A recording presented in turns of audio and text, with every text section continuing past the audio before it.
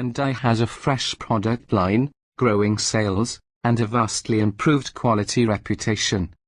But it also has a major problem: it's a car company in an increasingly truck-focused world.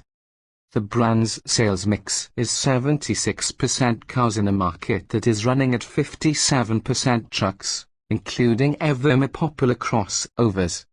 "We need more trucks," says Hyundai Motor America President and CEO Dave Zachowski, alluding to the two medium and large crossovers coming for the new Genesis luxury sub-brand, as well as the two sub-2-ton small crossovers coming for Hyundai. In the meantime, Hyundai isn't slowing its car development, and the new Elantra, already on sale, is proof.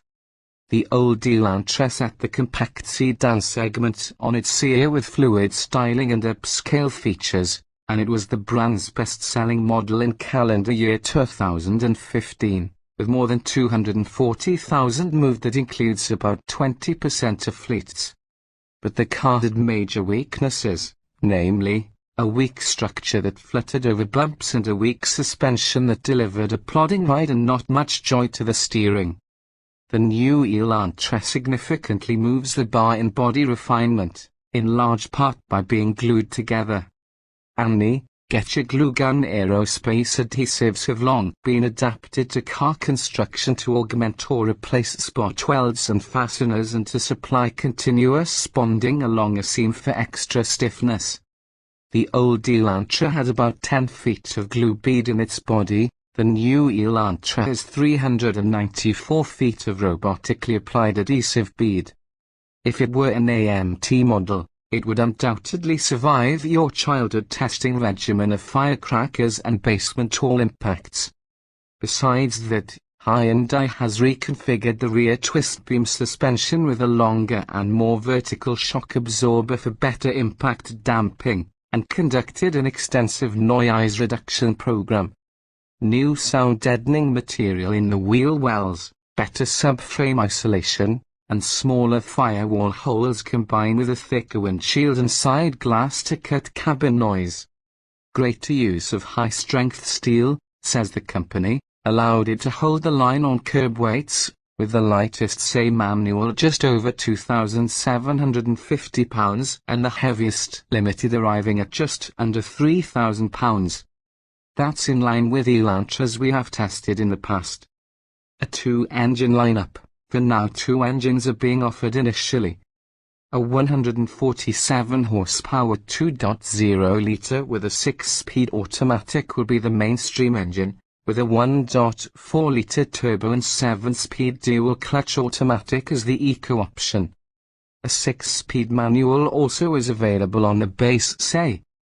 Third, more powerful engine will come this fall in a sport model to be shown at SEMA in November. We're bound by secrecy not to discuss the sport too much, but it may just have a major technical change between its rear wheels that does not involve propulsion. Hyundai let us sample the priciest version for a day in the San Diego hinterlands.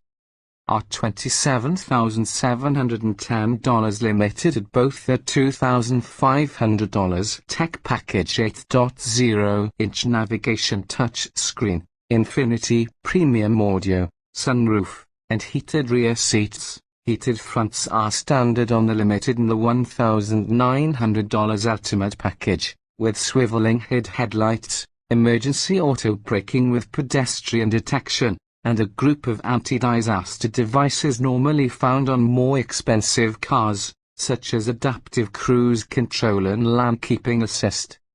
Thus, what we had was a nicely equipped Sonata in 7/8 scale. Unlike the Toyota Corolla that the Elantra exists to destroy, it's no sports sedan. However, while its dimensions are nearly the same as the old Elantras and it offers respectable back seat space and a 14 cubic foot trunk that expands with folding rear seat backs, the car is much stiffer, the impacts no longer causing waves of shudders in the body and steering column. Moreover, road and wind noise and the inevitable thwack of the limited's large, 22,545 tires on 17-inch wheels slapping the pavement are pleasantly distant. the cabin a decent isolation chamber for a car at this price point. The new car's controls are well weighted and responsive, and the Elantra can hustle when it needs to, the suspension digesting the road and not easily thrown off its path by rough pavement. It's no Mazda 3, but at least it's a stiff platform on which to base sportier models such as the aforementioned Elantra Sport, as well as maybe a coupe and a small crossover. Every step Hyundai takes toward dynamic refinement is to be cheered, as this one should be.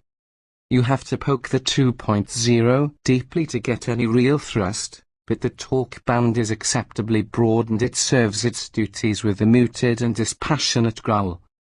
3 driving modes, Eco, Sport, and Normal, fiddle with the shift timing, throttle response, and steering effort, with the mild Sport mode being none too sporty. This is not a criticism, it matches the car's personality.